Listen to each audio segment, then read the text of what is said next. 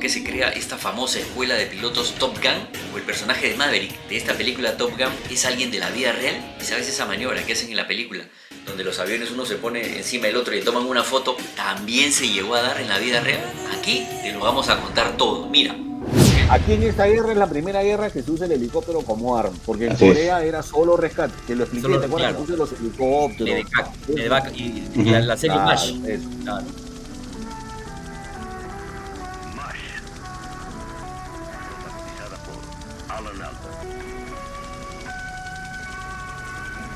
Los Siquín también. Hay un Sikorsky que era de pistón y lo usaba la infantería de marina americana. Claro, cuando yo fui a hacer el simulador a Jacksonville, ahí tenía instructores que habían volado Siquín en Vietnam. Unos monstruos que tenían pues 40.000 horas, 50 en Siquín. Claro, imagínate la cantidad de horas que tenían esta vez. En nocturno tenían como 10.000, 12.000 en nocturno. O sea, eran unos monstruos. Claro. Y en Bad 21 sale pues la escena de que casi lloro.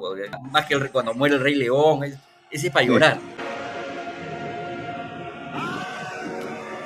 ¿Cuál película? Bad 21. Bad 21. Es un CSAR, es un Combat Search and Rescue, que lo hace un avión push-pull y lo hacen con el Siquín. Pero normalmente utilizaban el CH-53 o 57, que es el Johnny Green, que es un helicóptero grandazo que tiene la infantería de marina. El pata jugaba golf y las indicaciones que le daba al piloto para que lo rescate era alucinada en una cancha de golf. Al hoyo no sé cuántos, de ahí al otro hoyo, y así lo tenía el helicóptero. Esa película es bien bacán. Es buena, muy buena.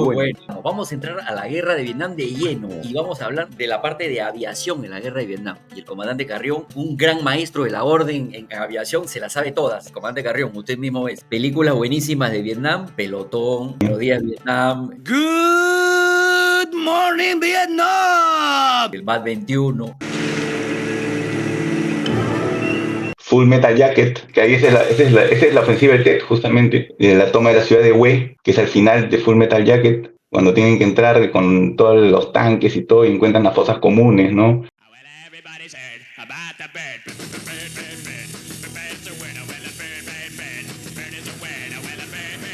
O sea, el final de la película, ahí no estoy contando el final de la película, simplemente es genial porque se van a patrullar tarareando la música de Mickey Mouse.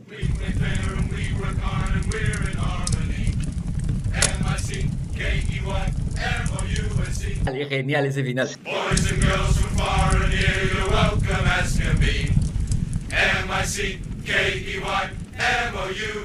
Esa es la película Full Metal Jacket. Full Metal Jacket y Born to Kill. Fuimos héroes. Mel Gibson también. Bueno, comandante, despáchese con la parte aérea. A todos los oyentes de la BMG veterano, en el año de 1963 hay una adquisición de aviones MiG-17, Mikhail Gurevich 17, fresco, ese es el código aliado del avión. Y estos aviones decían las víboras verdes. Todos los pilotos los mandan a China, a entrenarse. Y así como von Guyen-Yap creó la guerra de guerrillas para combatir al ejército, la Fuerza Aérea Popular de Vietnam, la FAPV, también empezaron a utilizar tácticas de guerrilla en el aire. Los MiG-17, estos aviones venían con dos cañones, un cañón de 37 y un cañón de 23 milímetros. Esta primera entrega de aviones no tenía la capacidad de disparar misiles. Ellos empezaron atacando a las fuerzas aéreas de la Marina, como de la Infantería de Marina y USAF, en ataques de 2 o 4 aviones, ¿no? Esa era la manera de atacar. Ellos atacaban de esta forma, desde la retaguardia, y salían despedidos por un costado y solamente atacaban a grandes formaciones de aviones. Estos ataques así, tipo emboscada, creaban mucha zozobra en los americanos. Porque si bien es cierto, los americanos tenían de todo tipo de avión, porque tenían de todo tipo de avión y aviones de Mach 2, y estos aviones MiG-17 eran subsónicos. Pero el tema de la velocidad, para que más o menos me entienda todo el público, el avión no combate a velocidad de Mach. La velocidad de Mach o es para zafar de un combate, o es cuando hay un combate y uno quiere llegar lo más rápido posible al combate, porque no todos los aviones mantienen la velocidad de Mach todo el tiempo. Los combates son combates a velocidad subsónica, no son combates a velocidad supersónica. Dicho esto, los norvietnamitas o los de la FAPV, la Fuerza Aérea Popular de Vietnam, producían demasiados daños en los aviones americanos, justo por los cañones que tenían.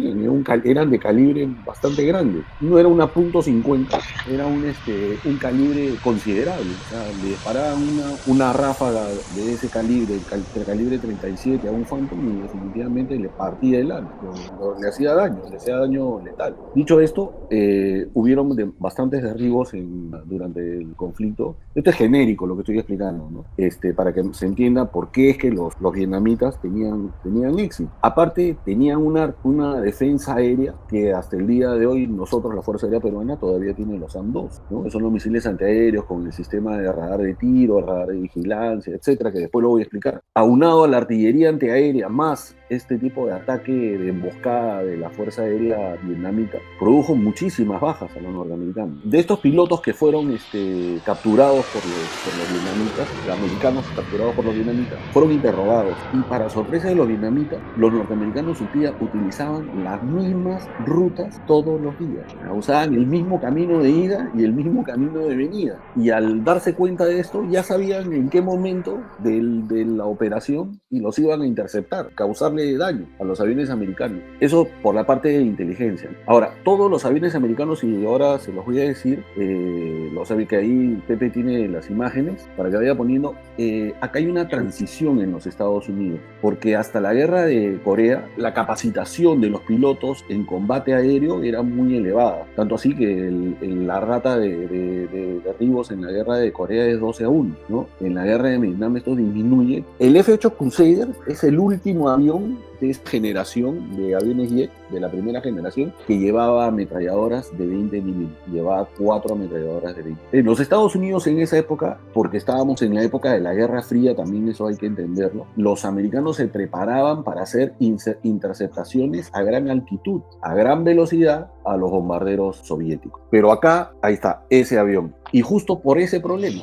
ya los combates no iban a ser con cañones, sino era todo con misiles. Y habían dos tipos de misiles que eran los que se usaban en esa época. Los misiles AIM-7 Sparrow y el AIM, cualquiera de los dos, el Sidewinder era infrarrojo y el Sparrow era radio. Entonces, con ese armamento es el que van a combatir contra los vietnamitas. Pero los vietnamitas, pues no era la aviación soviética, era una aviación pequeña que sabía cuáles eran sus limitaciones y tenía muy claro en qué momento tenía que atacar. Ellos sí tenían cañones y los americanos ametralladoras de 20 milímetros. Entonces, cuando empezaron a utilizar los misiles, los americanos, los misiles Sparrow, en esa época todavía no había el IFF, ¿no? El identificador amigo-enemigo, friend or foe. Al comienzo de la batalla tenían que acercarse demasiado y ya no podían utilizar los Sparrow. Entonces, solamente podían utilizar el Sidewinder y en esa época no estaba muy bien desarrollado el misil Sidewinder. Entonces, si uno le apuntaba al sol, el misil se iba al sol, ¿no? Igual pasó con la guerra árabe-israelí. El mismo tema de los misiles. Entonces, los norteamericanos, al sacar de servicio al Crusader, meten el Phantom. Y el Phantom ya no tenía cañones ni ametralladoras. Era un avión que solamente usaba misiles. Entonces, era un tema bastante complicado. El avión que utilizaban de bombardeo era un avión de bombardeo del F-105 Thunder Chief, un excelente avión. Tenía muchas funciones de uso del avión. Pero tenía un problema, de que como era el bombardero, iba lleno de bombas. Entonces, cuando se le acercaban los MiG-17, el avión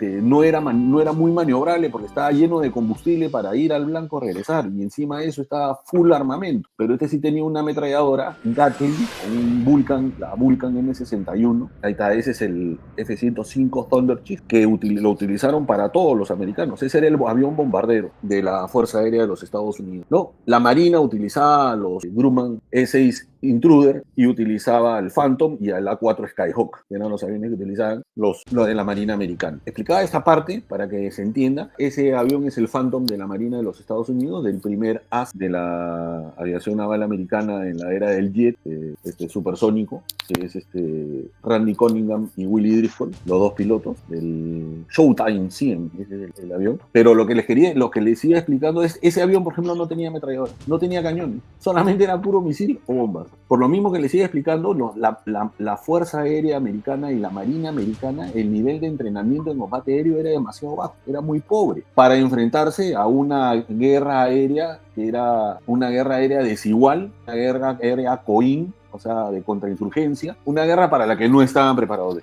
¿Tenían aviones? Sí, tenían una gran cantidad de aviones recontra veloces, con una gran capacidad de llevar misiles, con una gran capacidad de llevar bombas, pero no servían para el combate contra los tan efectivos eran estos Mi-17 que los americanos los bautizaron como las víboras verdes. Y es así, después de lo que les he explicado, que el 2 de marzo de 1965, el mismo presidente Lyndon B. Johnson le da la orden a la Fuerza Aérea de los Estados Unidos para iniciar la operación Rolling Thunder. Hubieron dos Rolling Thunder 1 y Rolling Thunder 2. Esta es la Rolling Thunder 2, ¿correcto? Que se suponía que solamente iba a durar 8 semanas y duró 3 años y 8 meses. Para que tengan una idea. Ahora, acá yo he visto puntos que son importantes de nombrar. Primero, que fue una guerra aérea no convencional. Durante estos 3 años, 8 meses, no consiguieron destruir ninguno de los objetivos principales. ¿Cuáles eran los objetivos principales? Era destruir la industria vietnamita, y no la destruían porque estaban del otro lado del Vietnam del Sur, sino estaban en el Vietnam del Norte. Destruir las comunicaciones. No pudieron con las comunicaciones.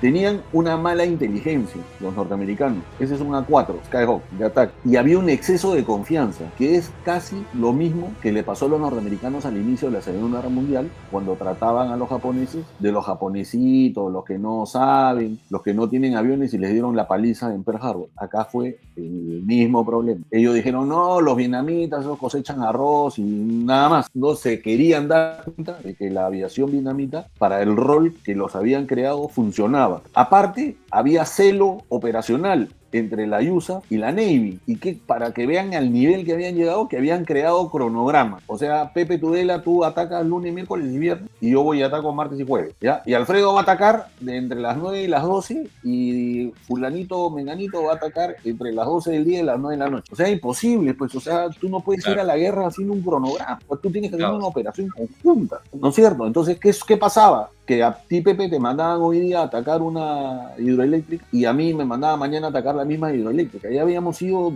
o sea, habían ido dos destacamentos o 2 escuadrones a hacer este tipo de ataque. Y a eso es lo que se ve en las imágenes, ¿se dan cuenta? O sea, atacaban villas, atacaban cosas que no eran importantes. O sea, realmente no eran puntos importantes. Y por eso es que esta ofensiva, la operación Rolling Thunder, demora 3 años. 3 años, 8 meses, y no logran nada. No consiguen nada. Ahora bien, como les explicaba, al comienzo les expliqué de que los aviones, los bombarderos, que eran los F-105 Republic, los Thunder Chief, eran un excelente avión, solamente tenían un cañón de 20 milímetros de 3.000 tiros por minuto, que era muy parecido al cañón que tiene el A-10, el Warthog, el Jabalí. Era muy parecido el cañón, pero estaba en el fuselaje del F-105. Los MiG-17, al hacer estos ataques por la retaguardia, así, se paraban tumbando a los F-105. Entonces hubo un general de la Fuerza Aérea de Estados Unidos, que era el general Robin Hood, muy famoso, era tipo John Wayne, así lo veían los oficiales de la Fuerza Aérea Americana. Este piloto Robin Hood se le ocurre con su piloto de escuadrón de hacerse pasar como un ataque de F-105, como si fueran bombarderos, los F-4 Phantom. Y hacen todo un estratagema para hacer este ataque. Entonces simulan un ataque a una base de Vietnam del Norte, para el lado del Golfo de Tonkin, y mandan estos aviones, los Phantom. Y lo que ellos querían hacer era tratar de cazar a los MiG-21, porque tenían muy pocos MiG-21. Todo el combate era llevado por los MiG-17, más que el MiG-21. Estos Phantom, al hacer la formación como simulando a los F-105, cuando los vietnamitas se dan cuenta, porque mandan 5 aviones MiG-21 a tumbarse supuestamente a los F-105, se dan cuenta que eran 2 formaciones de Phantom de combate. Bueno, y se arranca el combate aéreo y son derribados los 5 MiG-21. Fue tan crítico el tema del derribo de ese avión, del MiG-21, que tenía muy poco los vietnamitas, que el mismo Von Nguyen Giap da la orden de que no salieran nuevamente los MiG-21 a combate hasta que no cambiaran las estrategias y las tácticas de combate de la Fuerza Aérea vietnamita. En el mes de septiembre de 1965, el 7 de septiembre, los vietnamitas vuelven a comprar más aviones y compran los MiG-17F, la versión F, que ya venía con los misiles soviéticos RS-3, que era como el Sidewinder, que si te ibas hacia el sol se iba a ir, pero igual pues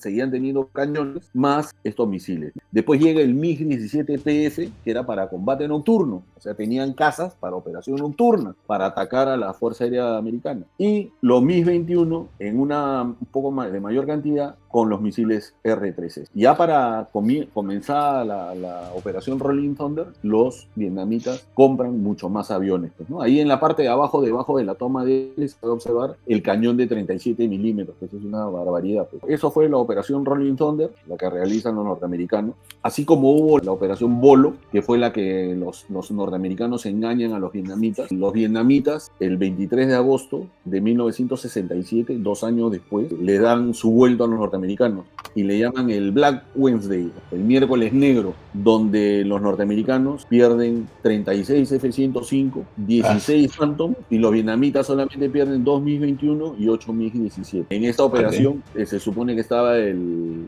capitán Tong, que era como decir, pues, el varón rojo de los vietnamitas. Pero sí, les dieron su vuelta. O sea, los americanos mandaban hordas de bombardeo, pero esos bombarderos, imagínate tu helicóptero del Siquín, te mandan con el misil Exocet y full combustible. A ver, trata de esquivar no puedes esquivar el combate, te van a derribar porque estás demasiado pesado, ¿me entiendes? Así sea, y por eso es que derriban los 36 aviones. Ahora, la ventaja la tiene el interceptor. Claro, porque si se ponen, o sea, si trasladamos esto al mar, era lo que hacía Miguel Grau en las caletas en el sur. Él hacía el mismo tipo de guerra, una guerra contra insurgentes. O sea, él iba de caleta en caleta y atacaba y se iba. Ya, la Fuerza Aérea Vietnamita funcionaba de la misma manera. Así como atacaban en tierra los infantes, el Viet Cong y los BC, ya, igualito atacaba la Fuerza Aérea Vietnamita. O sea, inteligentes, no eran ningunos negados. Lo que pasa es que si uno compara en cantidad, sí, pues los americanos utilizaron un montón de aviones, ganaron la guerra aérea, al final la ganan, pero no en esta batalla, porque la batalla termina en tablas porque no logran nada, que ya les dije que no lograron nada. Pero acá nace un tipo de combate aéreo que se usa hasta el día de hoy, se llama SEAD, SEADS. Las SEAD son las interceptaciones o la supresión de la defensa aérea. ¿Y cómo se hace? Se hace en parejas, y esas operaciones nacen en el año de 1965 y se llaman operaciones Wild Whistle o Comadreja Salvaje. Eran operaciones suicidas, porque lo que hacían era, iban 2 aviones, uno de ellos haga que el radar de control de tiro se enganche en el avión, y el otro avión llevaba el misil Sparrow de radar, entonces disparaba y se tumbaba el radar y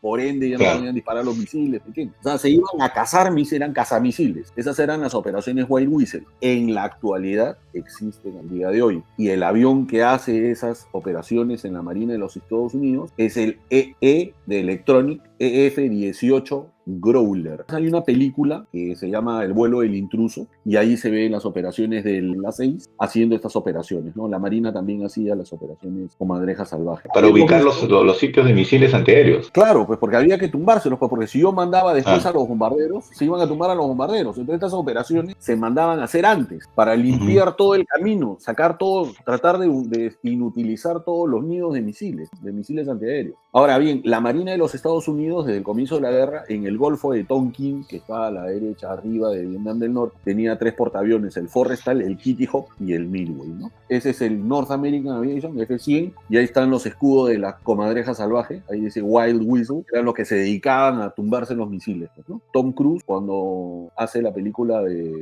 Top Gun, la 1, él basa a su personaje en Randy Cunningham, el primer as de la aviación de la Marina de los Estados Unidos, en aviones de Mach 2, en el Phantom. I am dangerous. Y eso que saca el dedo y hace así, que el avión estaba volteado, sí, pero ese combate fue con el capitán Tong de Vietnam del Norte, que lo derriba Cunningham, y la maniobra no es como sale en la película, que está uno encima del otro, sino era haciendo tijeras verticales en ascenso. O sea, iban en ascenso y esperaban a que el avión, ¿quién era el que primero llegaba a velocidad stall, pérdida para caer, y ahí le caía el otro por la cola? ¿Me entienden? Entonces, cuando estaban ahí cabina con cabina en ascenso, ahí es cuando el coordinador táctico, que era el que iba con Randy Cunningham, que era Willie Driscoll, le hace así al vietnamita, pues, ¿no? Y sale en la película y todo el rollo, ¿no? Ahí están, ¿ves? El de la izquierda es Randy Cunningham y el de la derecha es Willie Driscoll. Y el avión ese es el Showtime 100 del USS América, del portaaviones América. En ello se basa la película Top Gun. No está tan lejos de la verdad.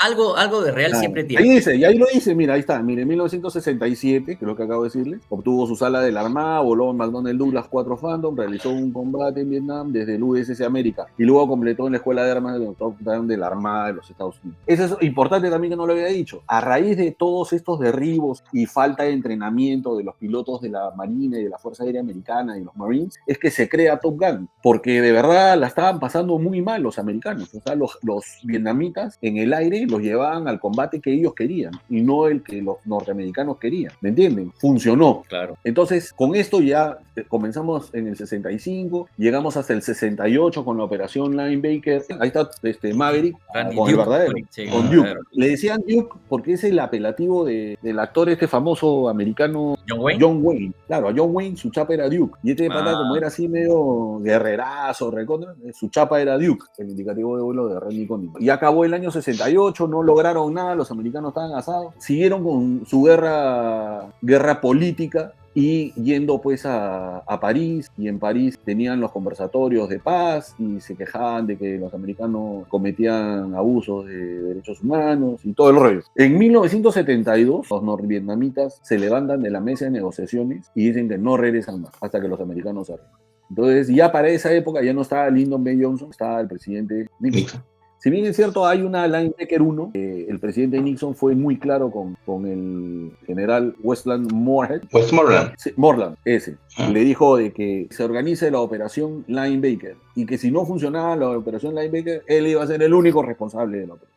Todos los norteamericanos verdaderamente acá sí se pusieron las pilas. Se planeó para el 18 de diciembre de 1972, después de que los vietnamitas abandonaron la mesa de negociaciones. El presidente Nixon ordena, las órdenes fueron las siguientes: esfuerzo máximo de combate por 3 días, destrucción total de Hanoi y de Haiphong. Haiphong es el puerto en Vietnam del Norte. Y que si tenían que extender las operaciones, que se extiendan, pero que tenían que destruir la industria vietnamita, tenían que destruir la industria vietnamita. Ese día, el 18 de diciembre de 1972, arrancan las operaciones de bombardeo con los B-52, las Stratofortress, apoyados por aviones F-105. Ahí se ve a la derecha. Esos dos que están arriba son F-105 y los que están abajo son Phantom.